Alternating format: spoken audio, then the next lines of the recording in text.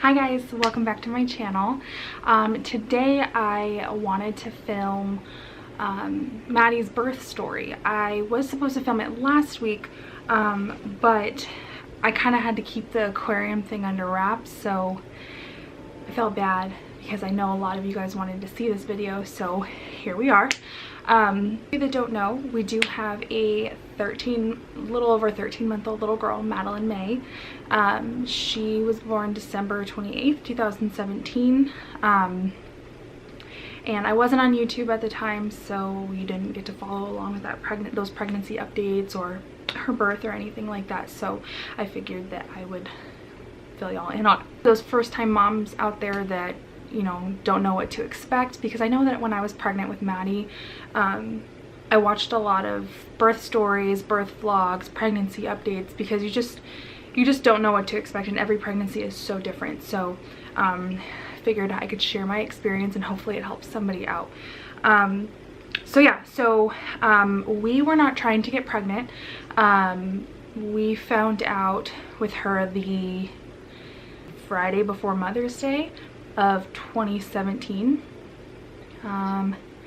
and we're super excited. I've gone into this in our trying to conceive update, or our trying to conceive baby number 2 video, but we were told that it was going to be difficult, so we just kind of were like, okay, well, we're gonna be the cool aunt and uncle, like it's not the end of the world, you know, regardless. Sorry, I wrote down some notes on my phone to go back on, because you kind of lose track of it over time. Sorry, my dog's right there. We found out Friday before Mother's Day. I told my family who lived here, and right away, and then we flew out to San Antonio, Texas to tell Kevin's family, who all lives there. His brother knew, but that's a whole different story because we wanted them to know. Anyways, so flew out there, we told them, everybody's super excited. Fast forward, my pregnancy was great. I had no issues. I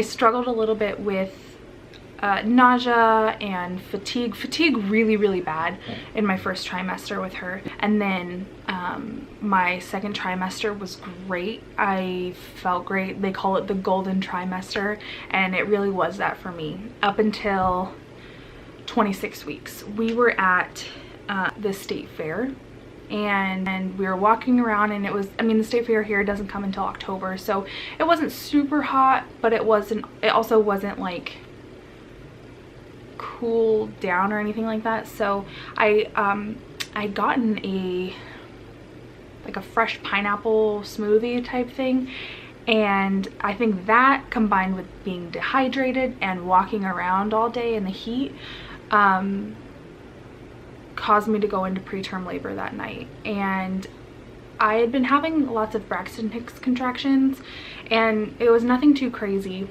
but they just didn't slow down. So that night I told Kevin, I said, you know, something's not right. These contractions keep going and going and going, and it's not slowing down. And so we decided to go to labor and delivery, and they confirmed that I was dilated. At 26 weeks I was a centimeter dilated, which isn't that big of a deal, but I shouldn't be dilating that soon. And I was a centimeter dilated, and my contractions were coming and coming up. My body was trying to get this baby out. And so they ended up putting me on a magnesium drip for 48 hours or something like that.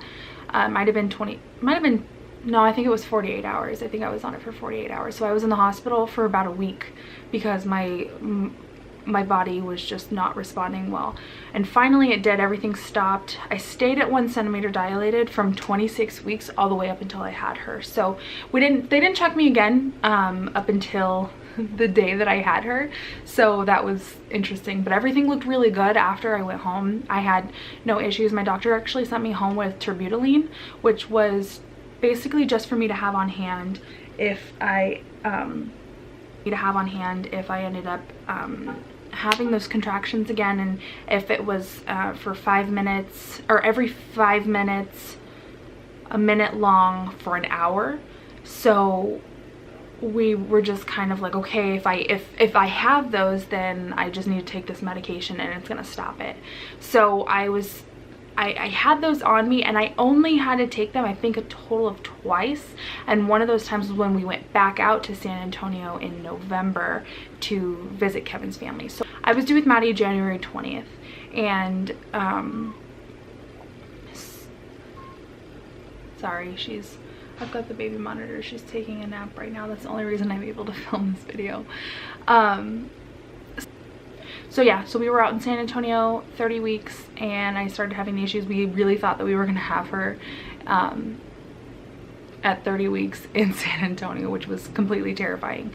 So I took my medication and all was fine. So we came back home, and all was good. Everything, again, everything was really good. I don't think we had any other scares or anything like that. So then came I started then going at 35 weeks. I started going weekly to my prenatal visits, and at 35 weeks, he told me, my OB told me that he would be checking me for dilation and effacement at my next appointment, which would have been 36 weeks.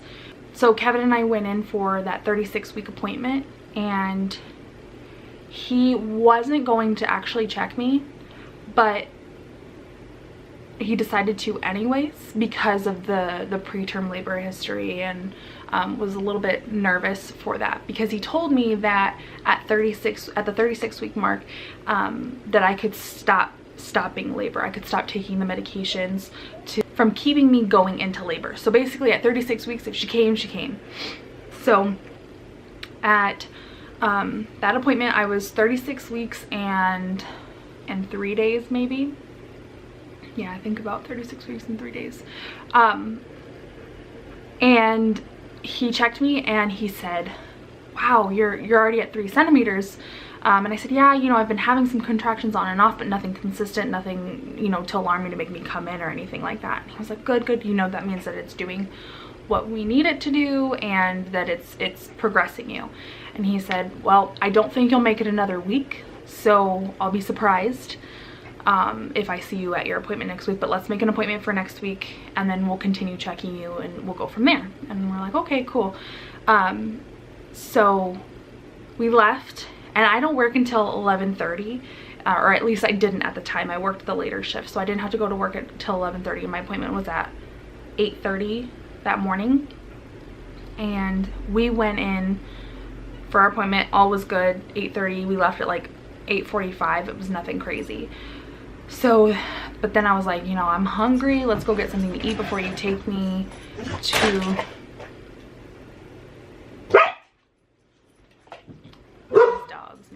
these dogs. But we decided, let's go get something, let's go grab a bite to eat. Kaiser, enough. And now the baby's awake. We decided to go grab a bite to eat, and we went to IHOP, and I was sitting there and we updated everybody, you know, hey, we're 36 weeks, 3 centimeters dilated, baby could come at any time. We didn't think that we were gonna make it to our due date anyways. And so we texted everybody, let them know, whatever. But the contractions kept coming and coming and coming and coming while we were at breakfast. And I said, you know, there's no way this is it. This is like, I'm not even, like, the one time that I think that, or that I'm actually going into labor, I don't think I'm going into labor, because I think it was just so many times that we had almost had her that we were just kind of like, man, this isn't it. This isn't it. So, so I was timing them, and they were consistent. That what the doctor was looking for, they were the 5 minutes apart for a minute for an hour. And I was like, anyways, I was just like, you know, I don't know. I don't think this is the real thing. They'll probably just stop like they have been. And so we decided, Kevin was like, you know, how about you just we go home, you lay down, and we'll see how you feel. And we're like, okay. So we get home at about 10:30, and I lay down, and these contractions were only getting worse. Like, they were just getting worse and worse and worse and worse, and it was just painful to the point where I couldn't breathe through them. If I tried to get up, I couldn't walk. It was so uncomfortable. So at about 12:30, I told Kevin, I was like, yeah, no, I think she's coming. I think she's coming. Like, we're about to have this baby. And he was like, okay, do you want to go to the hospital? And I was like, yeah, let's go to the hospital. Let's just get checked out. You know, chances are they'll probably send us home. So we go into the hospital, and the nurse comes in, and she, you know, hooks me up to the monitors and all that good stuff.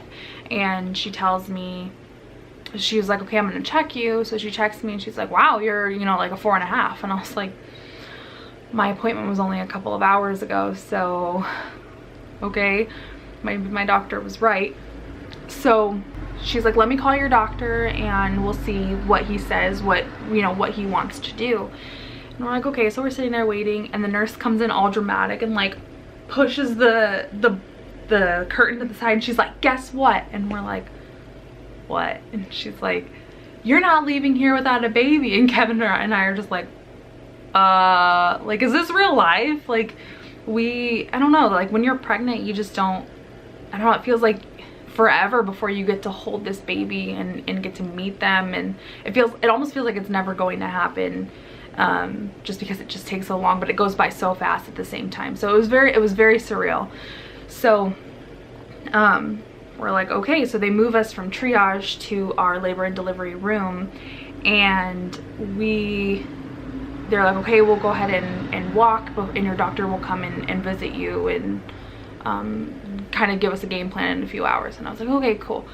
So we walk the halls, and the hospital that we delivered at, it is very small, so there's not really like walk the halls type of thing. It's very, very small, like literally like an L shape of like this, like of like ways you can walk. I don't even know if that makes sense.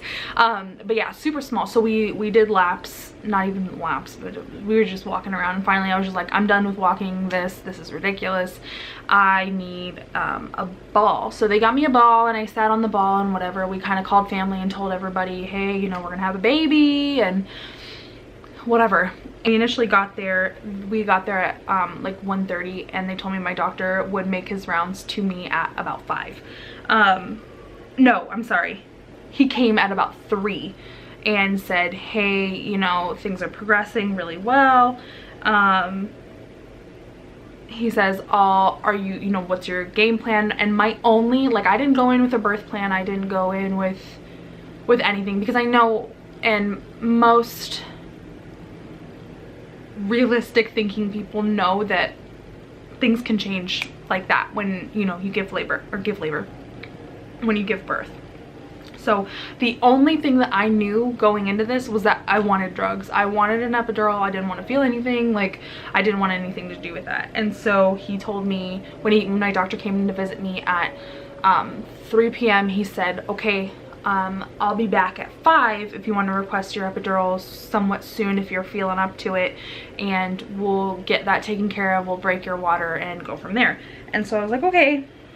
So yeah, I order my epidural because I'm like, I'm done feeling this. Everything, like, I was progressing really, really fast, because when my doctor came to at 3 o'clock, I was already like a 5. So things were progressing pretty fast for a first-time mom anyways. And so I was like, I don't want a chance that it's gonna I'm just gonna transition and not be able to get an epidural. Like, that was probably one of my biggest fears. So they get my epidural hooked up. Everything was good, except the anesthesiologist, she pricked herself with the needle after she was done. And so then she made me she didn't even come and talk to me about it, which really pissed me off, because she didn't even come and talk to me about it. She had the nurse come in and say, hey, you know, the anesthesiologist, she pricked her hand with the needle that was just in your back, and she wants us to get some extra blood work to make sure that you don't have any diseases that she can catch. And I'm like, okay, well, first of all, you guys just took my blood and you know that I don't have these things.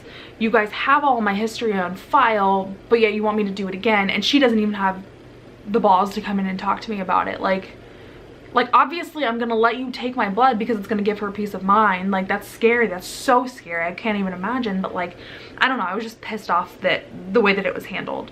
So they take my blood, whatever, and the nurses actually, when they were taking my blood, had a hard time finding my veins, and so they had to use that scanner on your arm to like, that looks into your skin and like can find your veins, which was really cool. I got that I got to see that because I've only seen that on like Facebook. About 15, not even 15 minutes, like almost immediately after they got me situated in my bed and whatever, after my epidural, my blood pressure tanked. And I was just, all I remember was sitting there and I looked at the nurse and I was like, I don't feel good. And she was like, yep, we were kind of waiting for that to happen. So she gave me ephedrine or something like that to make my blood pressure come back up to normal. And I guess she said that what happens is if I don't have a full bag of fluids before I get my epidural, that, or if you don't get a full bag of fluids before you get your epidural, that can happen. And I didn't. I don't even think I was halfway through it, which is weird to me because my body usually just like sucks up the bag of fluids. But anyways, so then my doctor comes back at about 5 and he breaks my water and checks me, and I'm at a 6, which was crazy. And so 5 o'clock he comes back, I'm at a 6, and he's like, all right, well, it's basically at this point it's just a waiting game, you know, waiting for you to transition. But when he came back and he noticed that my contractions had all but stopped, and that can happen when you get an epidural. It can kind of like slow down your labor. So he put me on Pitocin.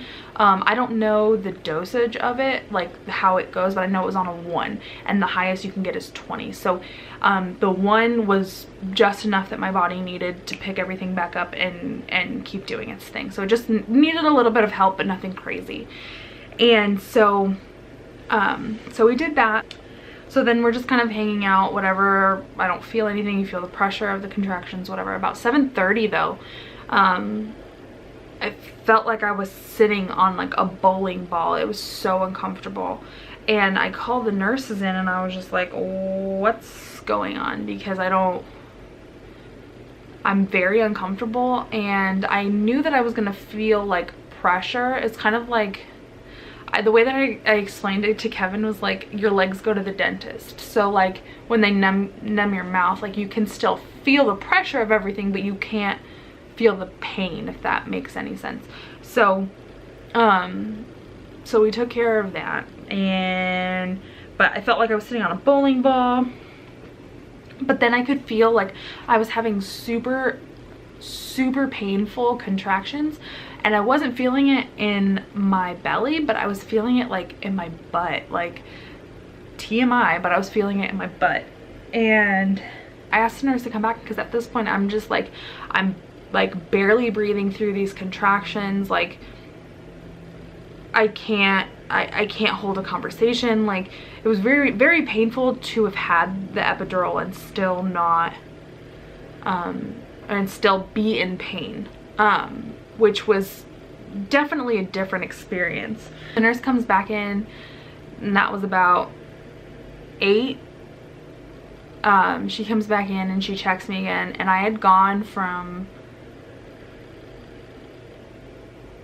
a 6 to a 9.5 in just those few hours. Like I transitioned, and I think that's what it was just transitioning. And I was at a 9.5, and it was really just like she said it was like a lip of my cervix left that still needed to open. So she got me the peanut ball to kind of lay with. I was still in so much pain. I was still having all that pain, and I still couldn't breathe through the contractions. I was just, so she had the anesthesiologist came in and give me a bolus of the pain medication that goes into the epidural, like a manual one, because the button, I was just like, come on, let's go, like let's get this done. So she did that, and then I was good. And then Okay, now we have a Maddie in here because she woke up from her nap. So yeah, the doctor had me push twice, and then, or the nurse, and she was like, okay, you need to stop. Like, I need to make sure the doctor's on his way because you're about to have this baby. And I was like, okay. So the doctor gets in, he gets all suited up and does his thing. Hi. And I think I push 2 sets of 3, so 6 times. And she was born. She was born at 36 weeks, 3 days, and she was 6 pounds, 6 ounces, 9:27 p.m. Thursday, January 28th, or December 28th. Huh. So she's just a little over 13 months now. I tore a little bit, but nothing crazy. But other than that, I had a really easy labor, and I'm really thankful for it. So now we just have a 1-year-old. Say hi. Hi.